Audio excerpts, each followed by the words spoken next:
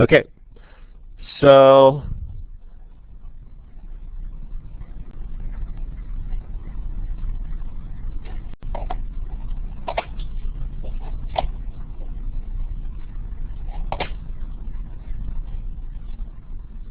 basically we're continuing on with lesson 1 from where we left off. Basically all we did last time was talk about output, right? Talked about how to get output on the screen. So today we're going to talk a little bit about how to get some input and how to do something with it.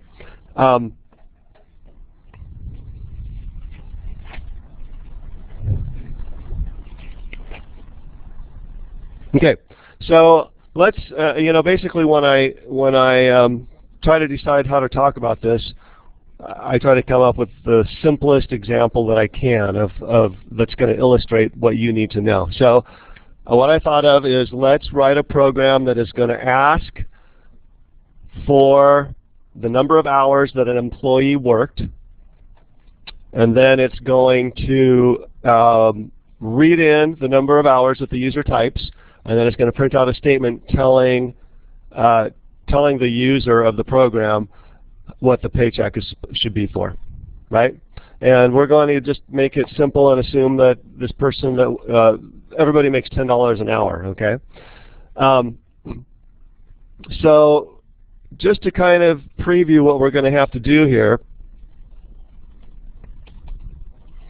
let's just conceptually, I break that up into 3 steps, and I'm going to go through the 3 steps and show you what the C++ looks like for those 3 steps, okay? So the first step is to get the input from the user and store it.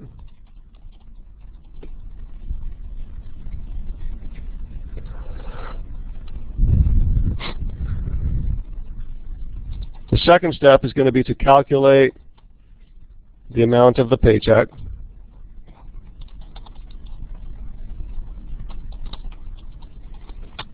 And the third step is going to be to print the results. Okay, so we'll go through those 3 steps one at a time. The first thing we need,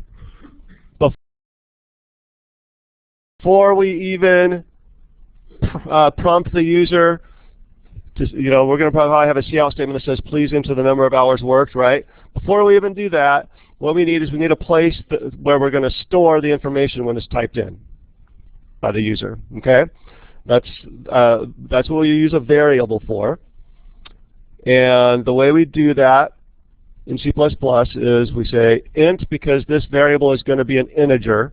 Okay, for now, to keep it simple, we're just going to make it so that the person only works integer amounts of hours, right? No decimals here. And hours worked is going to be the name of my variable. So this is one of the reasons why we have a little bit of a math prerequisite for this class. Okay, you should be comfortable with variables, and the variables represent numbers, right?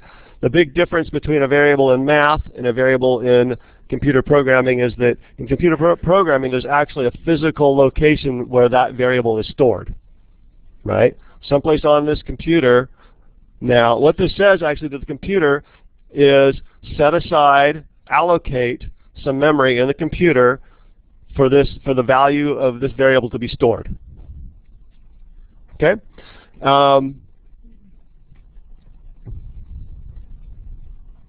I guess the other difference is that in math, usually for variables, you just use X or Y or something like that. In computer programming, it's very important that a human being looking at your program can understand a little bit more about what's going on, and so we tend to use, we should use descriptive variable names. Okay? So really, this is just a variable. I could have called it X, but instead I called it hours worked. Questions so far? Okay. So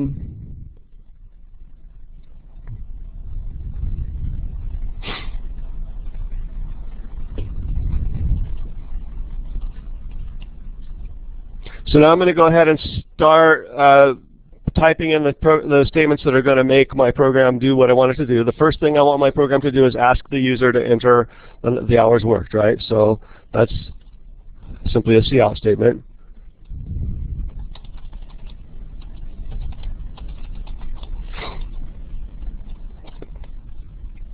Okay. Now what I need, I think you'll see right there. Now what I need is a statement that is going to, and I'm going to say this very precisely, so listen carefully. I need a statement that, hold on a second, I have it here somewhere, is going to wait for the user to type in a value. When the user types in a value and hits the return key, the enter key, it's going to take that value and put it into the variable hours worked. Does that make sense? That's actually a very short statement in C++, but there's a lot going on there. The way it looks in C++,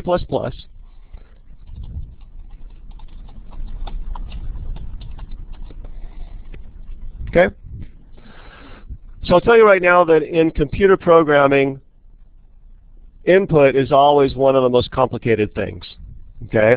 So what I'm doing right now is trying to keep it very simple, and so all you really need to think about is this is how you get a value from the user to put into the variable hours worked.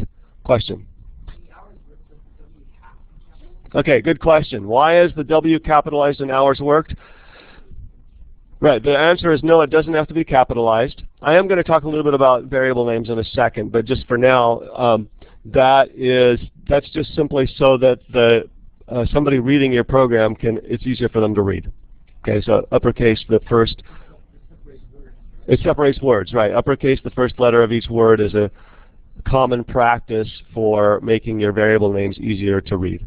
Some people call this camel case for naming your variables, for obvious reasons, I guess.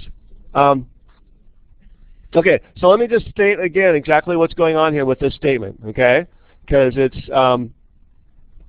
when you try to really describe it in detail, there's a lot going on here, okay? It's stopping, it's going to wait for the user to type something and hit the enter button. Okay, it's not going to do anything until the enter button gets hit. And also, if the user types nothing and just hits the enter button, it's still going to sit and wait. Okay, so it's waiting for the user to type something and hit the enter button. When that happens, it's going to take what the user typed and put it into the variable hours worked. Yeah, okay, so that's what this whole statement is doing. Okay, now let's break it up like we did the cout statement, right? Remember when we talked about cout, I said that this was actually the action part of the statement. That's an operator, and that operator is saying take the string on the right and put it into the output stream on the left.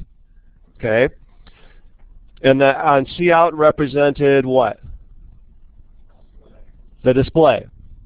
Okay, this is just going the opposite direction. In this case, this is still the action part of this statement, the command part of this statement. Okay, it's an operator, and it's saying, and now notice the arrows are pointing the other direction, right?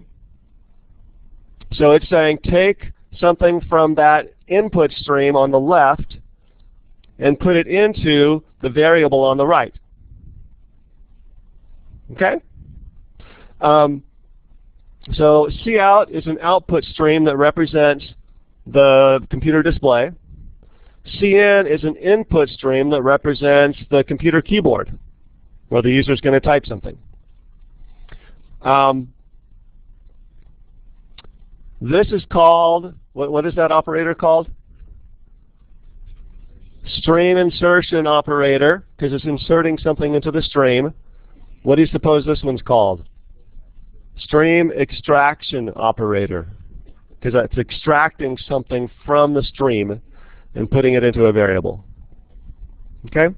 So I did that just like I did with cout. I did it in a lot more detail than you may need to understand at this point.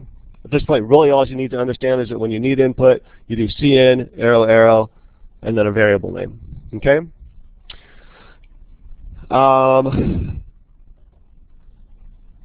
All right. Let me just stop for a second there, and I have a list of just things that I want to say about variables and variable names before we move on to the next thing.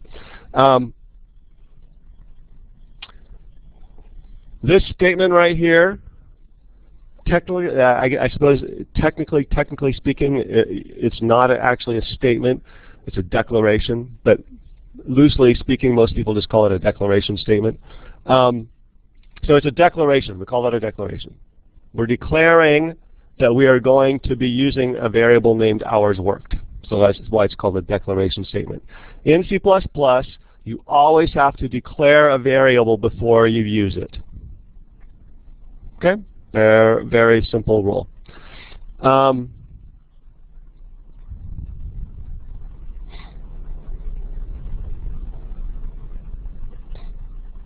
Okay, just to reiterate, we are limiting what the user can enter to integers here. So if we wanted the user to enter something besides an integer, we would put something besides int right there. So that is telling the computer what type of variable it is, or what type of value is going to be stored in that variable. In general, if you are if you're writing input that is interactive input, in other words, you're interacting with someone running your program, you're always going to want to have a cout statement right before the cin statement. Otherwise, what does it look like to the user? It looks like the program just stopped running, right? The user doesn't know why. Okay? So that's called a prompt.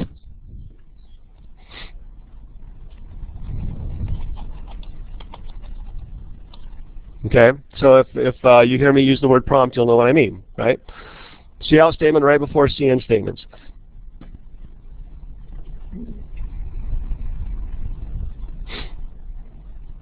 Okay, I already talked about this whole cout statement.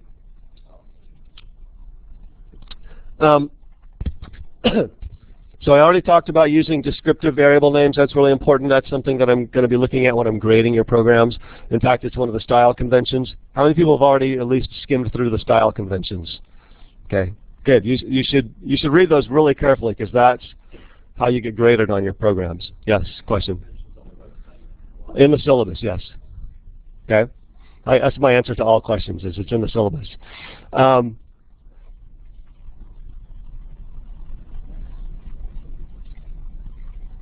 Okay, so last thing I want to go over in terms of variables is the rules for variable names. Okay, the rule is that variable names can be made up of numbers, letters, and underscore character. That's it. Okay, so you can't have percent signs or you know, decimal points or slashes or anything like that in variable names, or spaces. Okay, a lot of students are not used to that, and a lot of students are not used to that, and so they think they use variable names that have a space in it, and that's not going to work. Underscore character. So some people, I don't like this, but some people prefer, instead of using camel case, where you capitalize the first letter of each word, not counting the first word, they'll put an underscore between the words. Okay? So that's another option.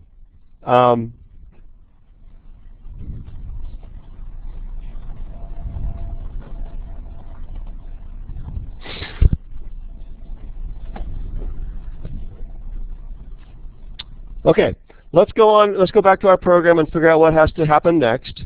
Okay, the next thing we need is we need a statement that says multiply hours worked times 12 and put the answer in a new variable named paycheck amount. Does that make sense? Question? Oh, sorry. Thank you. So the question was, aren't they getting $10 an hour? And the answer is yes, that's what I said. Last time I taught it, they made $12 an hour, but you know, the economy's bad now.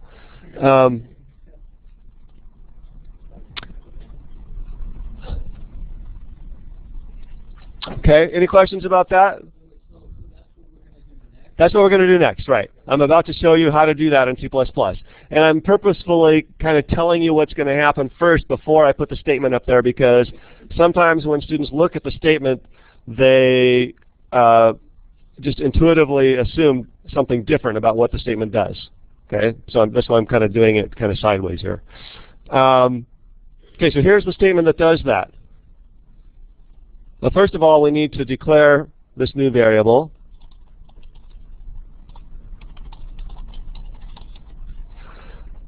And then we need to say paycheck amount gets hours worked times 10.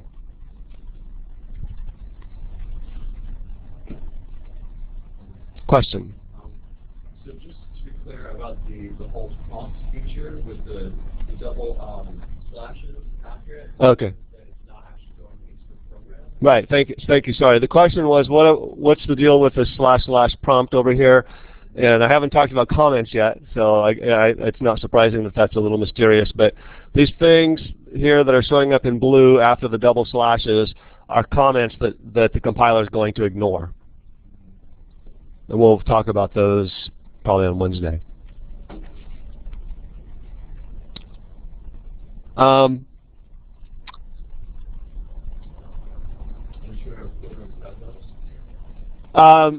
For assignment 1, I don't require you to have comments because we haven't had a chance to talk about them yet, but starting with assignment 2, yeah, comments will be a big deal. And if you look in the syllabus at the grading criteria, you will see that 20% of your grade on programs is based on the comments, otherwise known as documentation. Okay? This is the statement right here. Paycheck amount gets hours worked times 10. So the thing you need to be careful about here is not to look at that and think that it is an equation, because it looks an awful lot like an equation in math, right? In fact, if I took that out, if I took the semicolon out and took it to a math class, it would be an equation, okay? But this is not an equation. If it was an equation, I'd be making a statement about what's true, right? I'd be saying, it is the case that paycheck amount is equal to hours worked times 10. That's not what I'm saying here. Okay? What I'm saying here is do that operation over on the right side. Or let me put that another way. Evaluate that expression over on the right side. And whatever the result is, put that into the variable on the left side. Okay? So when you see this equal sign here in C++, the best thing you can do is tell yourself this has nothing to do with the equal symbol that we use in math. It's something completely different. Okay? It's telling the computer to do something. You could think of it as an arrow symbol pointing to the left instead if you want to. Question? Actually, that was my question. If it is take those things on the right side, do that equation on the right side. Expression on the right side and insert it into the left side. Why isn't it the double arrow insertion? Okay, so why don't we just use the insertion operator here? That's an interesting question. The designers of C++ could have made it that way, I suppose. But the designers of C++ decided that the insertion operator, like this up here, is only going to work for streams. And when you're talking about expressions and variables, you don't use that. You use the assignment operator instead. So the distinction here is that that's not a string, that is a variable. The thing on the left is not a string. It's a variable. That's the distinction, yeah. Okay. Question? So if you were to put paychecks on the right and house times 10 on the left, yeah. it would only still look just to the right. Yeah, if you were to reverse, so the question is, if I reversed the sides of the assignment operator, it would still be, the direction of the data would still be going to the left. And the answer is, sort of, but you'd actually get an error message because you can't put data into the expression hours worked times 10. Does that make sense? If, Anything from left to right. First, what you want, and then what you're multiplying by. no. So what the question was what if I said it like this? At least I think this is what the question was. Okay, and the answer is that's simply an error, because the thing on the left side in an assignment, if you're going to use the assignment operator, what does the thing on the left have to be? A variable, right? Okay, that's a slightly oversimplified answer, but for now, yeah, has to be a variable. So that would just give you a compiler error. Okay.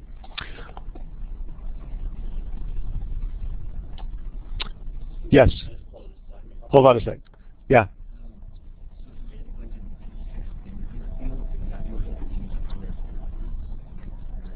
No, we're not even talking about, you're talking about kind of a graphical interface, and we're not even going there. It's just going to be all on the console window. You'll see it in a second when I run it. Question? So wait, I don't know, the last question, I won't repeat it because it doesn't really matter. Yeah, go ahead. So to be clear, equal sign in this context is called an assignment operator? Right. And see, this thing that you're used to calling an equal sign, or whatever you call it in math, is not an equals operator in C++. It's something else. It's an assignment operator. Okay? Yes, we're assigning a value to the paycheck amount. And I like to call, when I read this statement, I like to distinguish it from an equal sign by not using the word equals. Okay, a lot of people will say paycheck amount equals hours worked times 10, which is fine. There's nothing particularly inaccurate about that. But I pronounce it paycheck amount gets, which is short for gets assigned to. Okay, paycheck amount gets hours worked times 10, just to kind of emphasize what's really going on there. Okay? Okay, so that's step 2. Step 3 is print the result. So that's just going back to our cout statement that we already know. Cout, the amount of the paycheck is $. Let me go to the next line. Paycheck amount in $. Okay, any questions about that cout statement?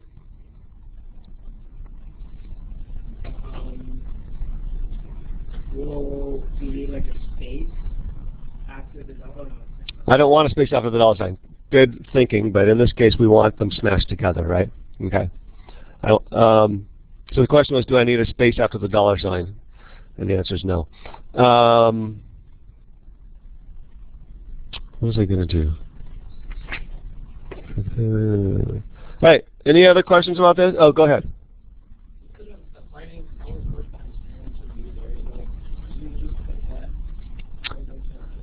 Okay, good question. Instead of having this assignment statement here, couldn't I just put hours worked times 10 right here? The answer is yes, you could do that. Probably, in this case, would be better to do that. And, you know, an argument could be made that in some cases it's better to spread it out like this, because what I have here now is I have it very clear to the reader of the program what that expression is, what that expression represents, right? Does that make sense? I lose you. So if I just say hours worked times 10 right there, I'm leaving it up to the person reading the program to try to figure out what hours worked times 10 is, what's really being printed out there, right? If I put an assignment statement there like that, it's explicit. I'm telling the person reading the program, this is the paycheck amount and that's what I want to print out. Yeah, question? We could put a period to finish a sentence. Yeah, I didn't put one in there, but I suppose we could do the, whoops. Right. Let me ask something, okay? In this cout statement, what is here in this cout statement that you didn't already see in the cout statements that we did last time? Anything? Yeah. When you go to the next line,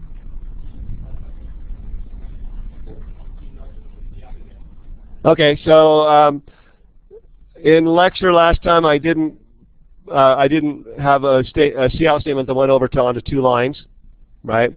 I just did it here in order to break it up because the line would have gone off the end of the screen if I didn't. So that's probably a good thing to do. Back?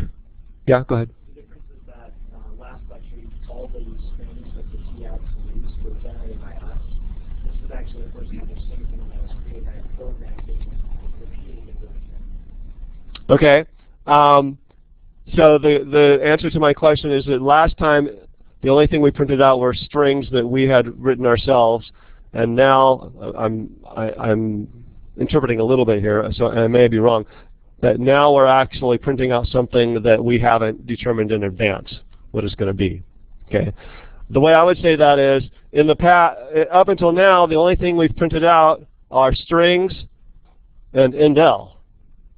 So what I'm telling you now, and what you probably just sort of intuitively figured out, is that you can also have expressions in a cout statement, and C++ will just evaluate the expression and print it on the screen. Okay? So that's probably something that you would have just done intuitively and not even realized you were making that leap if I hadn't told you, but I thought I would just point it out anyway. Any questions so far? So what exactly, that paycheck amount basically, is that saying that that is your paycheck amount? Is that going to come out in the CIC? Yes, it is. So what's going to, well, let's run it. But basically what's going to happen is it's going to print the amount of the paycheck is, then it's going to print whatever is stored in that variable. Okay, that's a good, I'm glad you asked that. I should have made that explicit, right? I should have explicitly explained that. And then it's going to print out this string, period. So I guess when I said it's C++ is going to evaluate the expression there and print out the result, okay, that's the same thing in this case as saying C++ is going to look up and see what is stored in that variable and print that on the screen. Question? And it knows what to do with that because you said paycheck amount is assigned as hours worked times 10. Well, I would be very careful. So the statement was,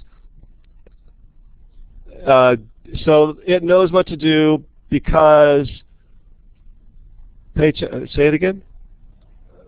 Let me just say it the way I would say it. Okay. The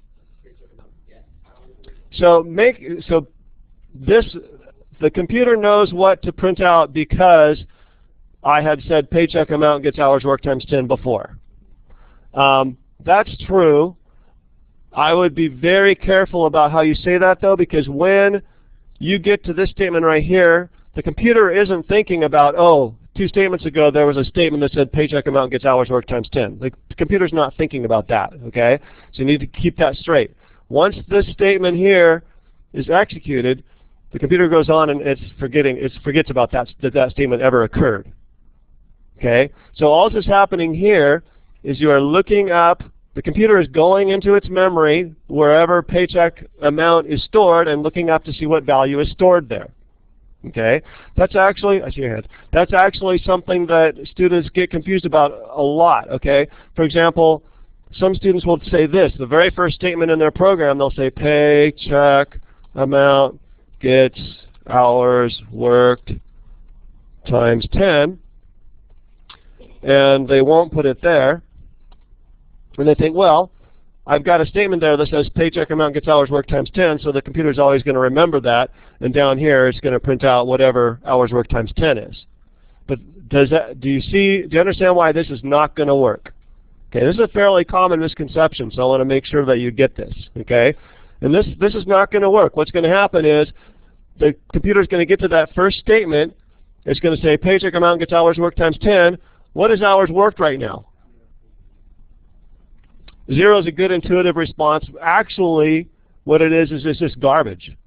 Whatever happened to be sitting in that memory location before we ran the program. Okay, C++ does not automatically initialize all of its variables to 0 or whatever, so that's just garbage. I know I have a couple of hands that I still need to get to. And then so when it gets here, it's going to enter the hours worked. But then when it goes to the bottom to print out the paycheck amount, what's it going to print out? Garbage, because when I say paycheck amount gets garbage times 10, it's just more garbage, right? Okay? So you just have to remember that the computer is executing these statements one at a time.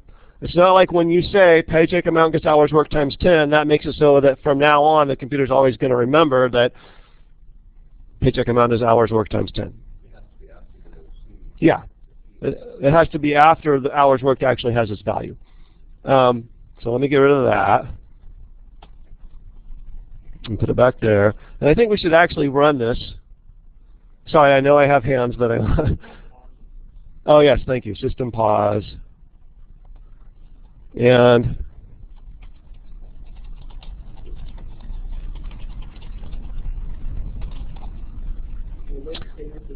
yeah, I need to get rid of those.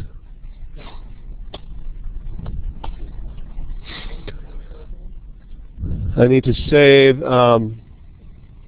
this, or it won't execute. And execute, compile and run. So enter hours worked. I'm going to enter 26.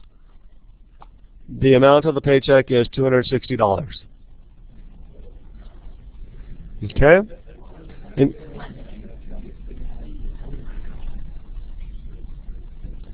Amazing what you guys can do. Okay, so there was a question right here. Is it wrong to see paycheck amount f of x and hours worked x and the 10 as a constant? Is it wrong to just that way? Say it one more time. Is it wrong to... Is f of x and hours worked Oh. x and 10 as a constant? I don't see anything particularly wrong with that. That's basically what C++ is kind of trying to use as an analogy for what is actually happening. Okay, so you could think of it like that conceptually. Sure. The question was, could you think of this as paycheck amount is f of x and hours worked is x and 10 is just a constant, or just like paycheck amount is y and hours worked is x. I guess my answer would be I don't see a problem with that, but I'm not sure that's really going to help anything. I think the best way to think about it is just as an operation that's taking what's on the right side and putting it into what's on the left. Question? What you statement mean? You basically have two more things. The hours worked and the paycheck amount. That is what? Okay, so this is a declaration, and that's telling the computer allocate memory that can store an integer and call it hours worked. And this says allocate another variable, allocate space for another variable that can store an int and call that paycheck amount. So now there's two memory locations. One's called hours worked and one's called paycheck amount.